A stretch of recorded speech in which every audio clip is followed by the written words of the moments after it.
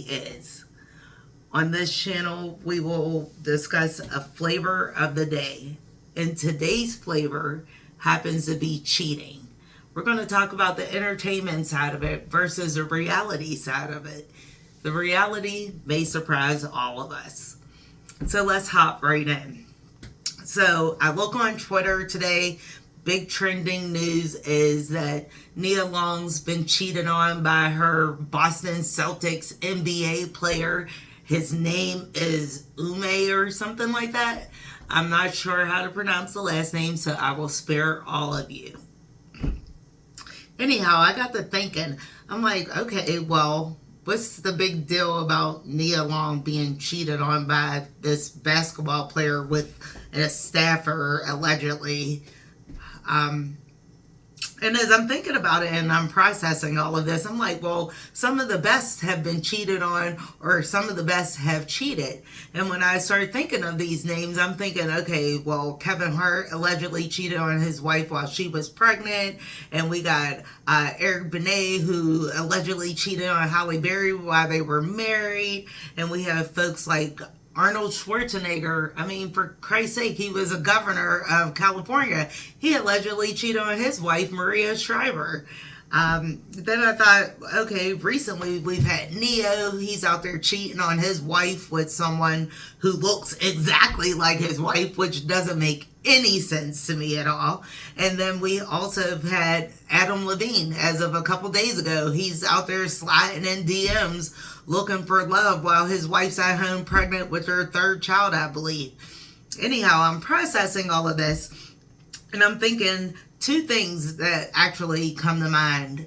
And the first thing that came to my mind was, okay, someone wasn't getting attention, whether it was the spouse who cheated or the spouse who was being cheated on.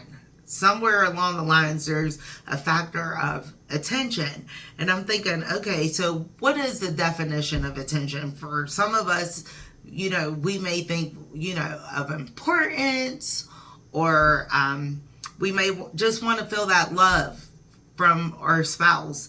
And then I'm thinking, okay, well, maybe it's communication. You know, we don't all send the signals to people, and sometimes when we receive things differently. And I have an example. You know, I could send my husband a text and I say, can you pick up broccoli on your way home from work? And when he comes home from work, he'll have fresh broccoli, when in my mind I was thinking he should know to get frozen broccoli. But how would he know that? What could we have done different within that communication scenario? Like, where did the breakdown in the communication take place? Did it take place on my part, or did it take place on his part? Because the reality of it is that he could have asked what kind of broccoli I wanted, or I could have been the right person, or in the right, so to say, and say, hey, I want frozen broccoli picked up from the store for tonight's dinner. Either way it goes, the dish will get made over here.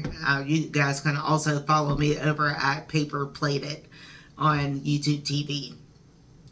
Anyhow, you know, that scenario of the communication of the broccoli can work in the relationship scenario as well. So oftentimes our spouse or partner may not know what we want or what we need unless we speak it clearly to them. And I will be the first to say my communication sometimes is a little shaky. But, you know, you have to find ways to redeem yourself and how to work on it to do better. So that leads me back to, whose tea is it really? I mean, we've had the best of the best being cheated on. When I think of Halle Berry, she's been noted as the most beautiful woman in the world. However, she was cheated on. Probably not once, but twice probably. I'm not sure. But the point of it all is that this happens to everyday people on a daily basis, and no one could care less. No one's sending flowers, no one's sending cards. You may get a few phone calls here and there, but whose tea is it really?